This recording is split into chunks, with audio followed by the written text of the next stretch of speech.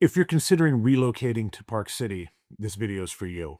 I'm Mike Diamond with Park City Brokers and thought it'd be good to have a conversation on relocating to Park City and some things to consider and some things that you should know. I guess first off, we have this conversation every week with various clients who are considering relocating full-time to Park City. And that's what I did in 2014. I came from Southern California, born and raised, started vacationing Park City like a lot of people, then decided to make the move full-time to Park City.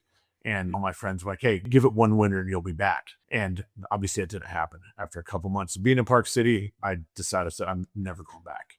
They thought the winter would be tough and I wouldn't be able to handle it growing up at the beach. But you know what? The winters aren't bad in Park City. We get a lot of sunshine. Most storms come in, they dump snow, and then there's sunny the next day. And it's pretty mild winters as far as winters go, I feel. And that's from someone who grew up to the beach their whole life. But why do people relocate to Park City?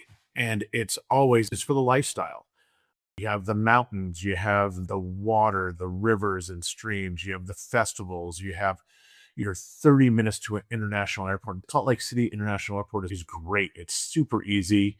I fly regularly and it's easy getting in and out of there. 2 Delta Sky Clubs. It's just great, easy access, easy going through security.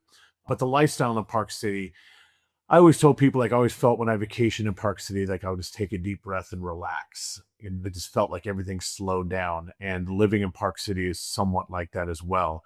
I don't feel like I'm in a rush like I was living in LA. And it's a slower pace And you can really breathe. And not everyone that lives in Park City is retired. People work from Park City. You can work remotely now. Most people, or a lot of people, do. And if you have to travel for business, like I said, Salt Lake International Airport is super easy to get to and it's easy to utilize for travel. So, lots of different reasons people come, but the number one is for lifestyle. Whether you're a ski bum and you want to ski a lot, you just want the mountain lifestyle, you love the summers. There's phenomenal golf courses in and around Park City, both public and private. Fly fishing is great. The hiking and biking trails are great. So people come for that. And then the main conversation though I have is, what type of property do you want if you're living in Park City? And if you're going to live there full time, it's not always the same type of property that you're going to be looking at as if you just vacation in Park City. If you have a vacation condo that you use a few times a year and then rent it when you're not using it, might not be the same property you want if you're going to live in Park City full time. You might want a garage might be more important, or some privacy might be more important, or you might want a home with a yard for your dog or close to trails. I've had a number of clients who have owned in Old Town and thought they would want to live in Old Town. Then after they moved to Park City full time, realized after 6 months or so that, hey, I don't really want to live in Old Town because it's mostly people on vacation. It's a lot of renters. It gets high. There's a lot of traffic in the winter and for summer activities. And you want to be more in a neighborhood where you know your neighbors and you have a little more privacy and you have less congestion. What we see a lot is, depending on your price point and depending what's important to you, it's a really good conversation that we like to start out with is, how are you going to live? What's most important to you? Are you going to travel a lot where you want something you can lock and leave easier, like a townhome? Or do you want a single family neighborhood? And there's plenty around Park City with mainly full-time residents, such as Park Meadows or Silver Springs or Jeremy Ranch and Pine Brook. There's a number of them. And you just have to think of what's most important. If you want the privacy, you want a garage and you want a fenced yard, or if you want the ability just to lock and leave, not have to worry about plowing.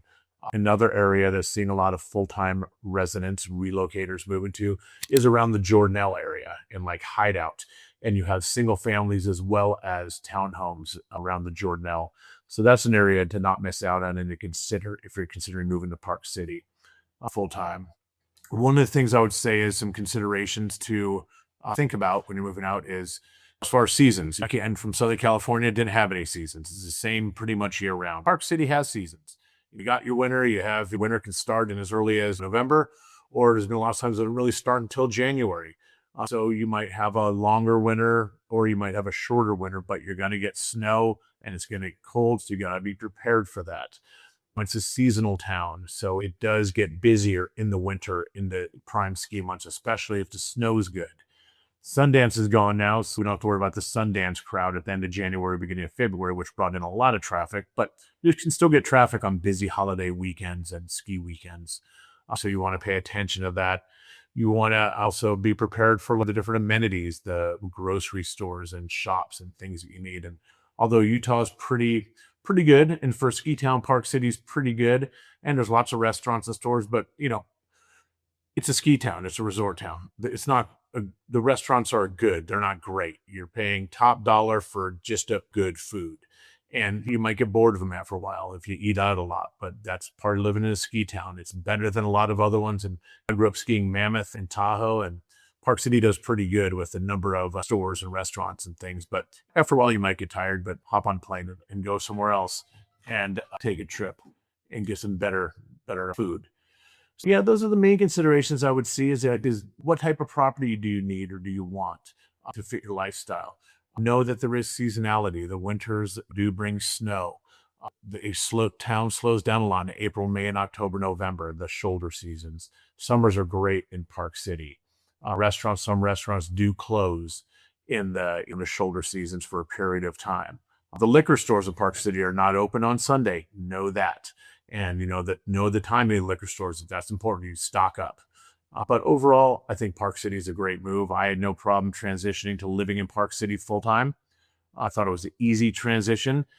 The lifestyle is great. There's just about anything you need to sustain your lifestyle.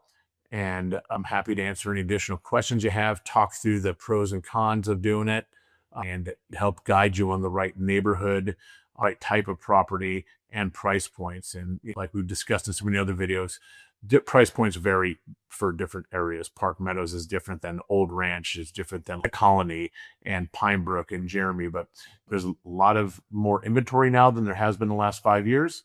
A lot of neighborhoods are seeing properties are a lot more negotiable than they have been the last number of years. So don't be scared. Give us a call. Let's talk through it. And I'm Mike Diamond with Park City Brokers, and I'll see you on the next video.